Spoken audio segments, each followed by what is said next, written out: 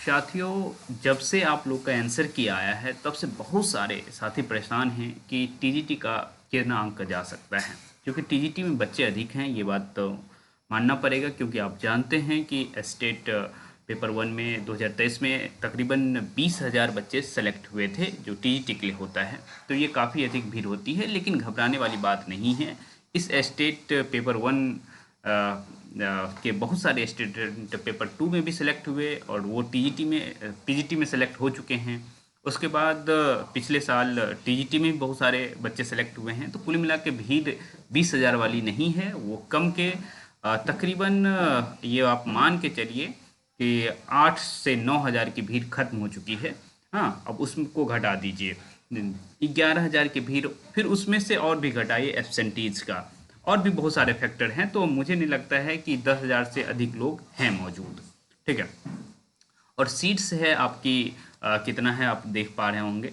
यहाँ आप देखिए, ये आपको दिख रहा होगा टोटल सीट 2,069 सीट है। पिछली बार के तुलना में ऑब्वियसली कम है। हाँ, लेकिन बहुत कम सीट नहीं है, क्योंकि एक सीट पे वही 4 से 5 या अधिक से अधिक 6 लोगों का कंपटीशन है। तो इसे बहुत बड़ा कंपटीशन नहीं माना जाता है।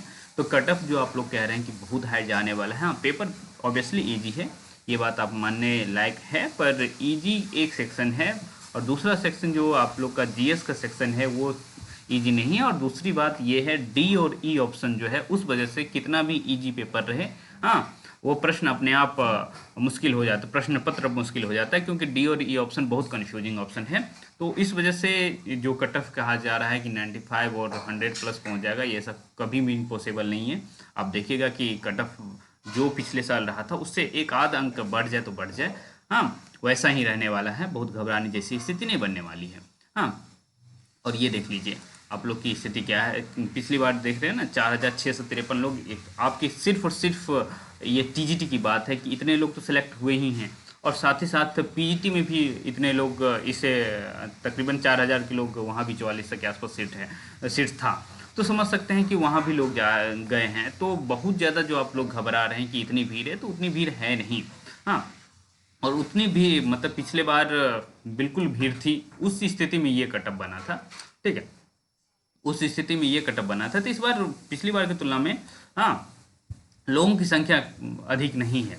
ठीक है, भले सीट्स कम है पर लोगों की संख्या अधिक नहीं है। तो ये जो 88 देख पा रहे हैं, हाँ, यदि आप लोग को दिखाऊं तो ये मैं वाइट बोर्ड पे चल लूँ, पूरा सा आज मैं अलग अंदाज में हूँ। हाँ, देखिए, सबसे पहले जनरल की बात कर लेते हैं कि जनरल का कट ऑफ यूआर का कट ऑफ कितना रहेगा। यूआर मेल और फीमेल की बात कर लें तो यूआर का कट ऑफ जो है वो मुझे लगता है, जहाँ तक मैं देख पा रहा हूँ, आप लोग की बातें समझ पा रहा हूँ, ग्रुप में जब पोल कराया सिर्फ और सिर्फ व्हाट्सएप ग्रुप में, वहाँ आप लोगों के रिस्पांस को देख करके लगा कि नहीं, कट ऑफ जो कहा जा रहा है 100 प्लस पहुँच जाएगा, 95 प्लस पहुँच जाएगा, ये होने वाली नहीं है। क्योंकि मैं आप लोगों की स्थिति भी देख रहा था। ठीक है, तो ये कहीं ना कहीं ये बहुत बढ़ेगा, तो एक अंक बढ़ेगा पिछली बार की तुलना में, 89 से अधिक नहीं जाएगा। और फीमेल का देखा जाए तो 87 जाएगा। ठीक है, ऐसे ही ईडब्ल्यूएस की बात करें, और ये कैटेगरी वाइज कट ऑफ में बहुत डिक्रीज होने वाला है।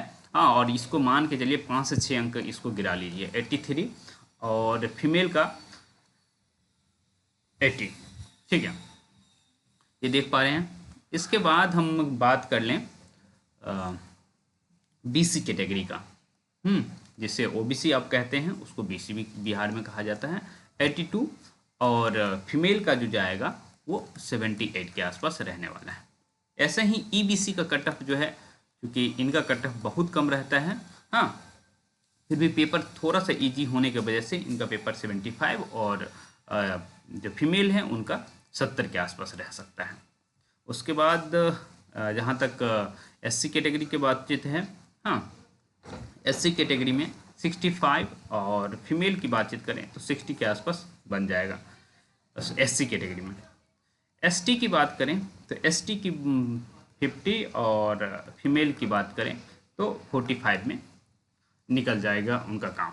ठीक है, तो बहुत घबराने जैसी स्थिति नहीं बनने वाली है। आप लोग जितना घबरा रहे हैं, मैं आप लोग की घबराहट समझ पा रहा हूँ, पर बहुत ज़्यादा तकलीफ उठाने जैसी बात नहीं है। इसीलिए आप लोग निश्चिंत रहें। बहुत सारे लोग इस बार सेलेक्ट होने वाले हैं, जो पिछली बार एक आध मार्क्स से रह गए थे उनका तो सिलेक्शन पक्का है।